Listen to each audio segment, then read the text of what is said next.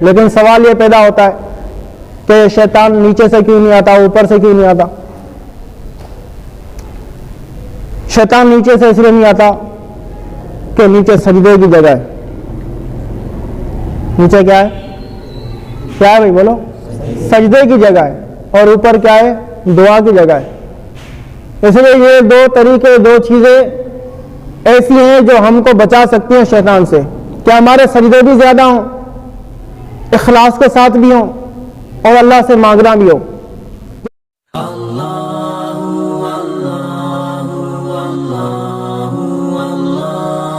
الحمد للہ وکفا والصلاة والسلام علی اشرف الانبیاء، اما بعد فقد قال اللہ سبحانہ وتعالی فی القرآن المجید والفرقان الحمید، اعوذ باللہ من الشیطان الرجیم، بسم اللہ الرحمن الرحیم، ومن احسن قولا ممن دعا الى اللہ، وقال النبی صلی اللہ علیہ وسلم بلغوا عنی ولو آیہ، او کما قال علیہ الصلاة والسلام۔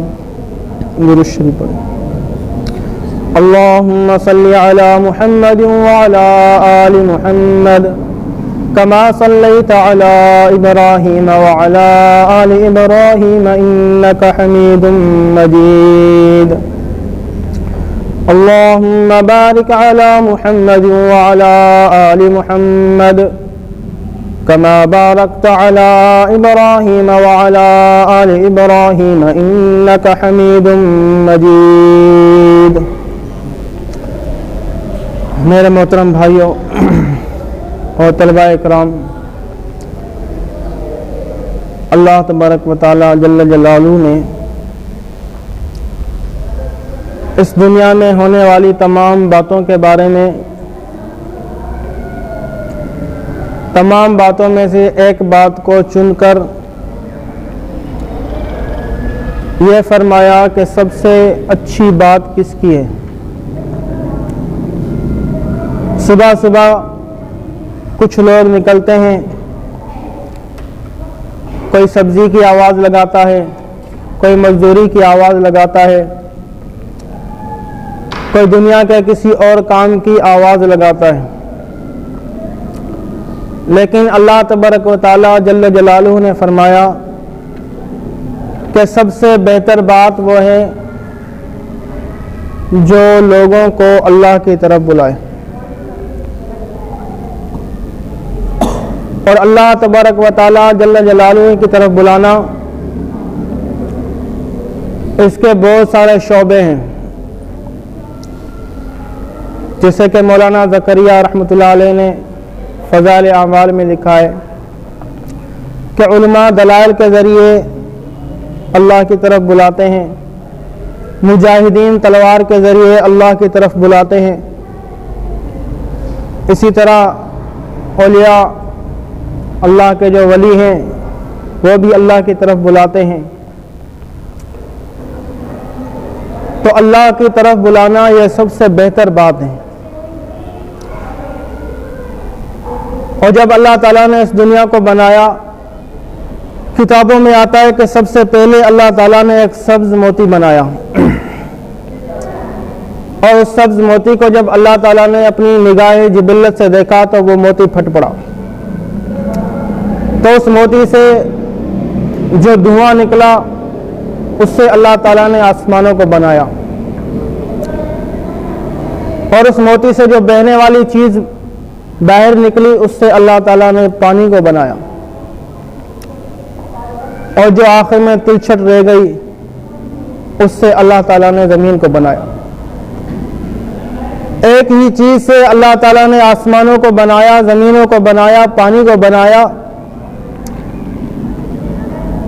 پھر آسمانوں کو اللہ تعالیٰ نے، کتابوں میں آتا ہے کہ کسی کو یاقوت سے بنایا، کسی کو مرجان سے بنایا، کسی کو سونے سے بنایا، کسی کو چاندی سے بنایا، اور آخری آسمان اس کو اللہ تعالیٰ نے نور سے بنایا۔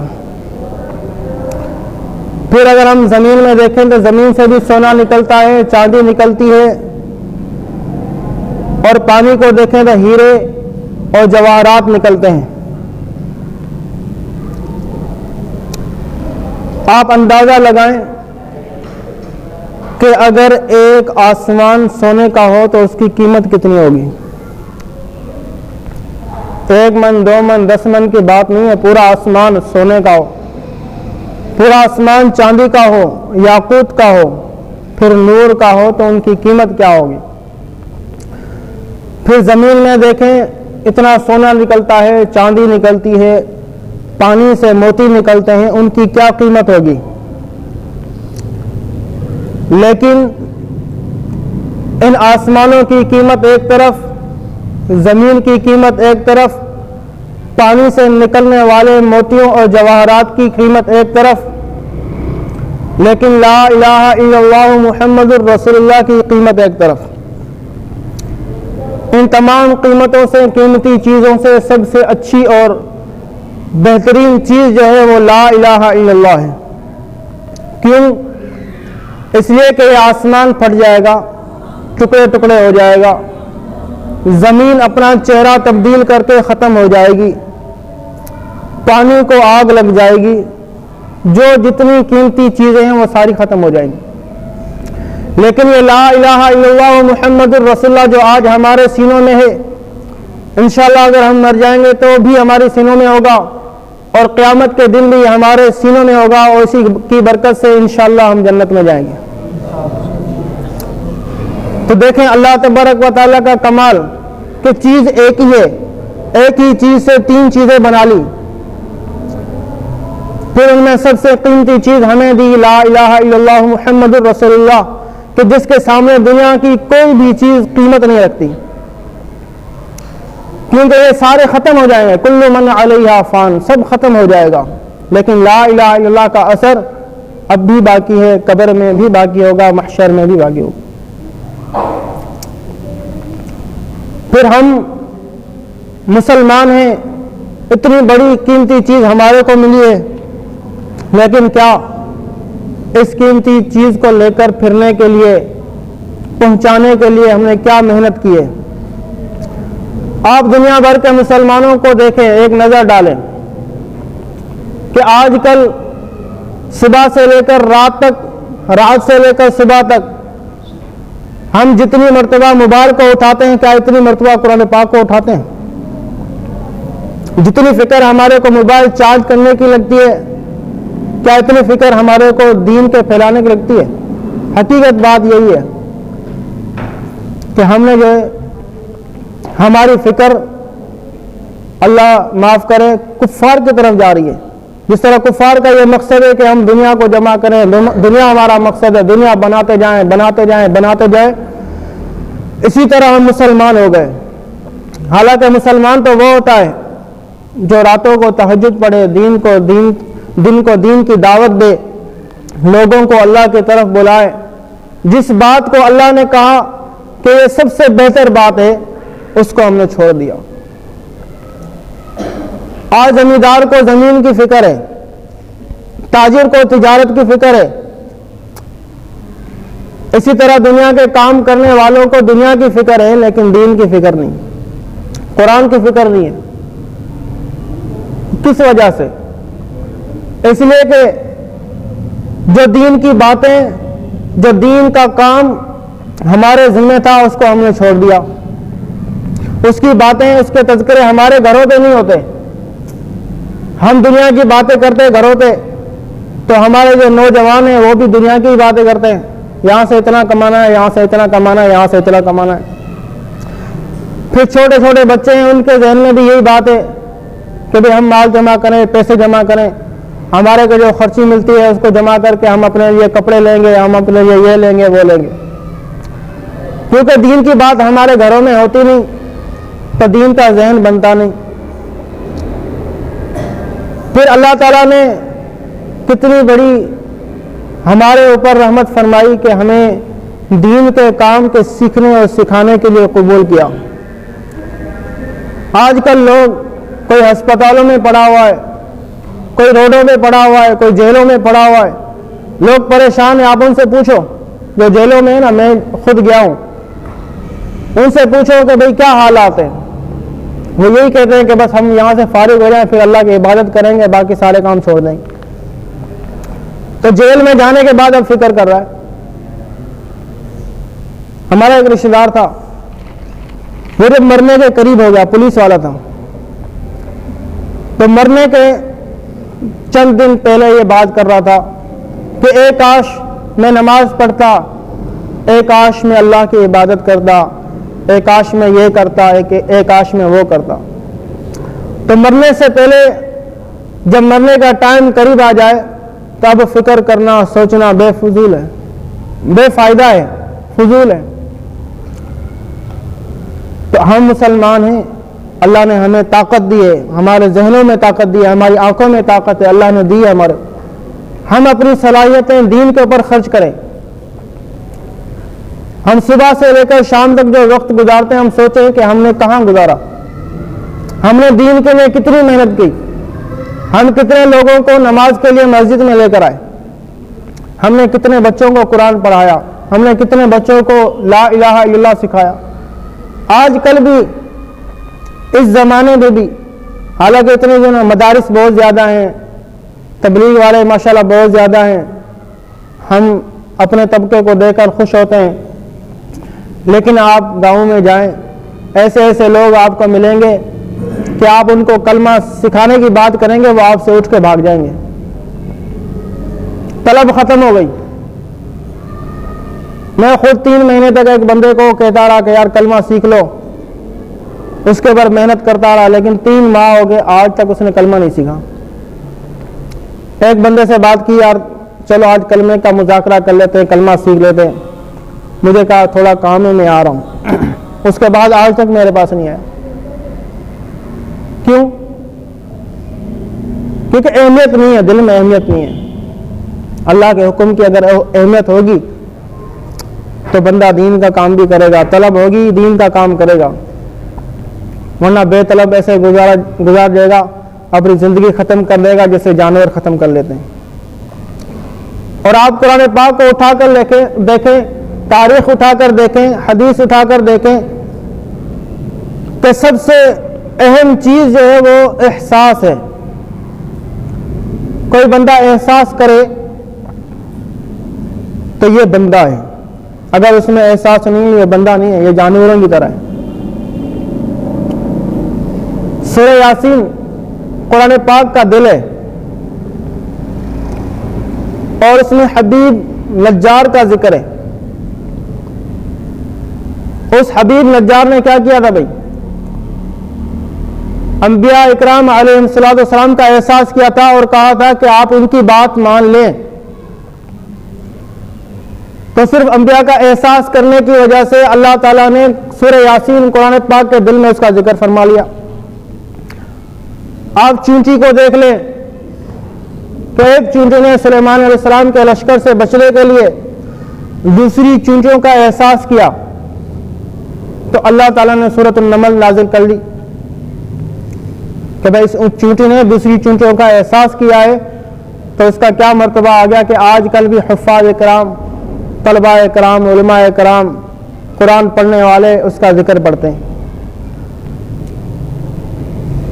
اسی طرح بخاری شریف میں ایک روایت ہے کہ ایک نبی کو ایک چونٹی نے کاٹا، تو اس نبی نے کہا اپنے امتیوں کو کہ یہ چونٹی جو ہے وہ انسان کو نقصان دیتی ہے اور اس کے بل کو جلا دو، لہذا ان چونٹیوں کے بل کو جلا دیا گیا۔ تو اللہ تعالیٰ نے فرمایا قرصت کا نملۃ واحرقت امۃ تسبح اللہ، کہ آپ کو ایک چونٹی نے کاٹا اور آپ نے ایسی جماعت کو جلا ڈالا جو اللہ کی پاکی بیان کرتی تھی۔ کیا نبی ہے، کیا چونٹی ہے؟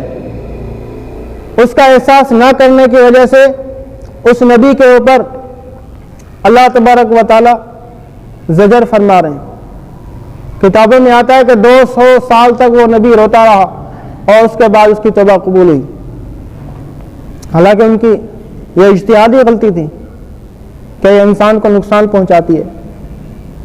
تو احساس نہ کرنا اور احساس کرنا، جو احساس کرتے ہیں وہ انسان کہلانے کے لائق ہے۔ آج زمیندار کو کسان کا احساس نہیں ہے، کسان کو زمیندار کا احساس نہیں ہے، دکاندار کو اپنے دکان پر رکھے ہوئے مزدور کا احساس نہیں ہے، مزدور کو دکاندار کا احساس نہیں ہے۔ مزدور کہتا ہے کہ میرے 2 روپے بن جائیں، اس کی چوری ہو تو ہونے دو، اور دکان کا مالک کہتا ہے اس کو رگڑا دینا ہے، میرے 2 روپے بچ جائیں، جو ہونا ہے ہونے دو۔ احساس نہیں ہے نا۔ کسان کہتا ہے کہ ہم اپنے زمیندار کی کپاس اٹھا لیں گے، گندم اٹھا لیں گے، اس کو جو نقصان ہونا ہے ہونے دو، کوئی احساس نہیں۔ زمیندار کہتا ہے کہ بھوکا مرے، پیاسا مرے، بیمار رہے، اس کے بچے اسکول پڑھے یا نہ پڑھے، قرآن پڑھے یا نہ پڑھے، مجھے کوئی پرواہ نہیں ہے، میری گندم بن جائے، سال کی گندم میری بن جائے، میرے لیے کپاس بن جائے، مجھے پیسے مل جائیں۔ احساس ختم ہو گیا۔ تو یہ احساس نہ ہونے کی وجہ سے یہ انسان کسی کام کا نہیں ہے۔ اور اللہ تعالیٰ نے ہر جگہ، آپ قرآن پاک اٹھا کر دیکھیں، انسانوں کے ذہنوں کی طرف یہ فرمایا افلا تتفکرون، کہ تم فکر کیوں نہیں کرتے، افلا تعقلون، تم عقل کو استعمال کیوں نہیں کرتے؟ سوچو تو صحیح، یہ آسمانوں اور ستاروں اور ہواؤں کا چلنا، یہ دیکھنا، ان کا اپنی جگہ پہ ٹھہرنا، ہمارے لیے چھت کا ٹھہر جانا، دن کا روشن ہونا، رات کا کالا ہونا، تاریک ہونا، یہ ہمارے لیے، یہ زمینوں سے اناج کا نکلنا ہمارے لیے۔ اللہ تعالیٰ تو کھانوں سے، پینوں سے، دنیا کی ہر چیز سے، پہننے سے، سونے سے، اونگ سے پاک ہے۔ یہ پرند، یہ چرند، یہ سبزیاں، یہ پھل، یہ میوے، یہ ساری چیزیں ہمارے لیے بنائی۔ دنیا کی جتنی چیزیں یہ ہمارے لیے۔ آپ علیہ الصلوۃ والسلام نے فرمایا انما الدنیا خلقت لکم وانتم خلقتم للآخرہ، کہ یہ دنیا جو ہے تمہارے لیے بنائی گئی ہے اور تم کو آخرت کے لیے بنایا گیا ہے۔ اور ہم نے یہ سمجھ رکھا ہے کہ ہم دنیا کے لیے پیدا ہوئے ہیں، بس دنیا ہی ہمارا مقصد ہے۔ یہ غلط بات ہے، ہمارا مقصد یہ نہیں ہے۔ مومن کی جو نظر ہوتی ہے وہ آخرت پہ ہوتی ہے، کہ ہماری آخرت بن جائے۔ لوگ جو یہاں پر بنگلے بنا رہے ہیں، اپنی تجارت کو چمکا رہے ہیں، اور مقصد یہی ہے کہ بس ہم جو ہے بڑے مالدار بن جائیں گے اور اپنی اولاد کو خوش کر کے چلے جائیں گے۔ اگر اولاد کے پاس دین نہیں ہوگی، یہی اولاد اس ملکیت کے اوپر لڑ جھگڑ کر ختم ہو جائے گی، ایک دوسرے سے جدا ہو جائے گی۔ میں اس بات سے منع نہیں کرتا کہ دنیا نہ کماؤ، لیکن دنیا کی طرف دوڑ نہ لگاؤ۔ ففروا الی اللہ، اللہ تعالیٰ کا حکم ہے کہ اللہ کی طرف بھاگو، دوڑ لگاؤ۔ دنیا کمانے سے منع نہیں ہے، لیکن دنیا کی طرف دوڑنے سے منع ہے کہ صبح سے لے کر شام تک، شام سے لے کر صبح تک دنیا دنیا دنیا اور دنیا۔ دین کا کام بھی کرو، دنیا کا کام بھی کرو، لیکن دوسروں کا احساس رکھو۔ اگر احساس نہیں ہے تو ہم سوچ رہے ہیں، ہم فیصلہ کر لیں کہ ہمارے اندر اگر احساس نہیں ہے تو ہم انسان کہلانے کے لائق نہیں ہیں۔ ہماری شکل و صورت تو انسانوں والی ہے، لیکن ہمارے کام پھر جانوروں والے۔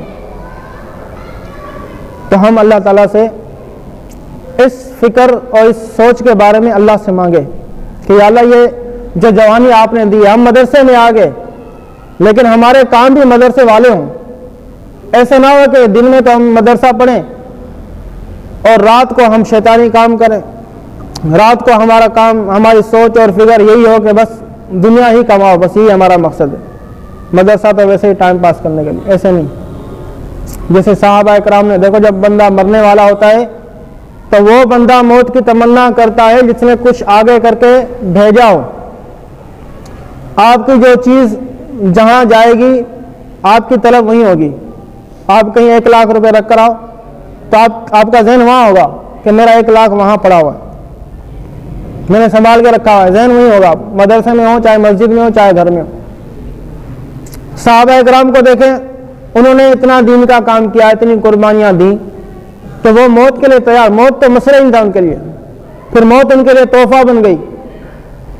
کہ بھئی ہم نے الحمدللہ اتنا کام کیا ہے کہ ہم نے سب کچھ جو بنایا ہے آخرت کے لیے بنایا ہے، اس لیے مرنا ان کے لیے کوئی بات نہیں تھی۔ لیکن آج ہم نے دنیا کے اوپر نظر رکھی ہوئی ہے، مرنے والے کہتے ہیں میرا مال، میری زمین، میری ملکیت، میری دولت، میرا کارخانہ، میری کاریں، میرے بنگلے، تو کیونکہ بنایا دنیا میں تو ذہن دنیا کی طرف جا رہا ہے، اور جینے کے لیے بندہ جو نا تڑپ رہا ہے کہ ہم جی جائیں، ہماری زندگی اور بڑھ جائے اور بڑھ جائے۔ لیکن مرنے والا اگر آگے کے لیے کر کے جاتا ہے تو اس کے لیے کوئی مسئلہ نہیں ہوتا۔ تو اس لیے ہم اپنے آپ کو دین کی طرف ڈھالیں، لے جائیں۔ دل نہیں کہے گا، شیطان جو نا بار بار آئے گا، اور شیطان کہتے ہیں کہ وہ چوکڑی مار کے بیٹھتا ہے، اور انسان کے دائیں سے آتا ہے، بائیں سے آتا ہے، آگے سے آتا ہے، پیچھے سے آتا ہے، کہ کہیں نہ کہیں اس انسان کو میں بھٹکا دوں، کہیں نہ کہیں سے جو نا اس کو پکڑ لوں۔ لیکن سوال یہ پیدا ہوتا ہے کہ شیطان نیچے سے کیوں نہیں آتا، اوپر سے کیوں نہیں آتا؟ شیطان نیچے سے اس لیے نہیں آتا کہ نیچے سجدے کی جگہ ہے۔ نیچے کیا ہے؟ کیا ہے بھائی بولو؟ سجدے کی جگہ ہے، اور اوپر کیا ہے؟ دعا کی جگہ ہے۔ اس لیے یہ دو طریقے، دو چیزیں ایسی ہیں جو ہم کو بچا سکتی ہیں شیطان سے، کہ ہمارے سجدے بھی زیادہ ہوں، اخلاص کے ساتھ بھی ہوں، اور اللہ سے مانگنا بھی ہو۔ جب ہم اللہ تعالیٰ کی مشیت، رحمت اور استقامت کے ساتھ جائیں گے تو شیطان دائیں سے آئے یا بائیں سے، آگے سے آئے یا پیچھے سے، ہمارا مقابلہ نہیں کر سکتا۔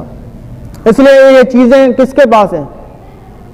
یہ دو چیزیں مسلمانوں کے پاس ہیں، کہ اگر کوئی بچ سکتا ہے تو وہ مسلمان ہے جو شیطان کے حملوں سے بچ سکتا ہے، کہ اس کے پاس سجدے کی جگہ بھی ہے، سجدے کی جگہ کے ساتھ دعا کی جگہ بھی ہے، اور وہاں پر شیطان نہیں آ سکتا۔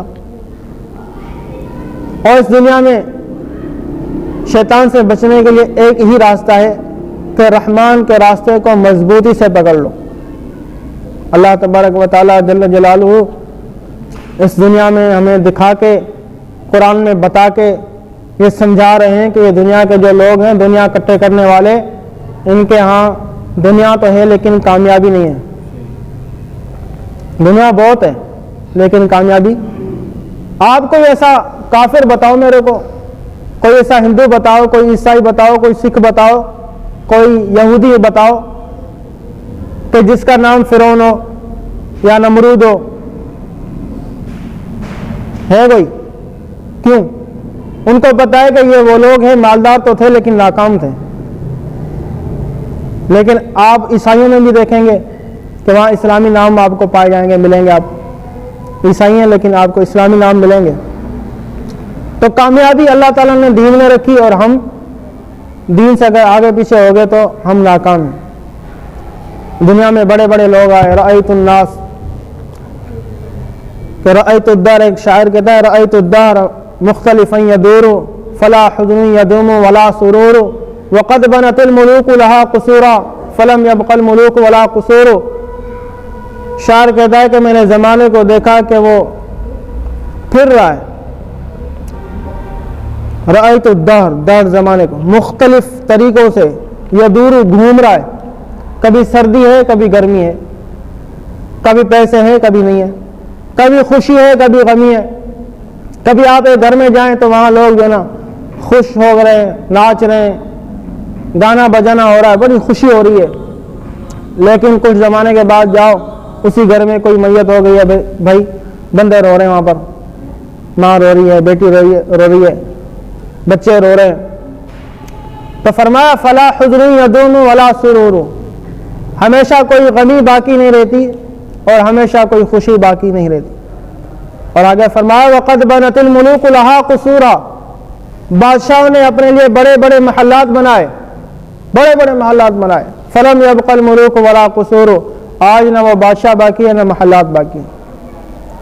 پھر اب ہمیں معلوم ہے کہ یہ ساری چیزیں ختم ہو جانے والی ہیں، تو کیوں نہ ہم ایسی چیز کی طرف جائیں جو ہمیں قبر میں بھی ساتھ دے، دنیا میں بھی ساتھ دے اور آخرت میں بھی ساتھ دے۔ اس کے لیے انشاءاللہ ہم بھی کوشش کریں گے کہ ہم اللہ سے مانگ کر دین کی طرف دوڑ لگائیں، اللہ کی طرف دوڑ لگائیں. اس کے لیے انشاءاللہ آپ بھی کوشش کریں گے. اللہ تعالیٰ سے دعا ہے اللہ تعالیٰ نے جو چیزیں ہمارے کو سمجھانے کی اور آپ کو سننے کی توفیق دی اس پر عمل کرنے کی بھی توفیق دے. وما علینا الا البلاغ المبین. حسبی اللہ و نعم الوکیل، نعم المولا و نعم النصیر. حسبی اللہ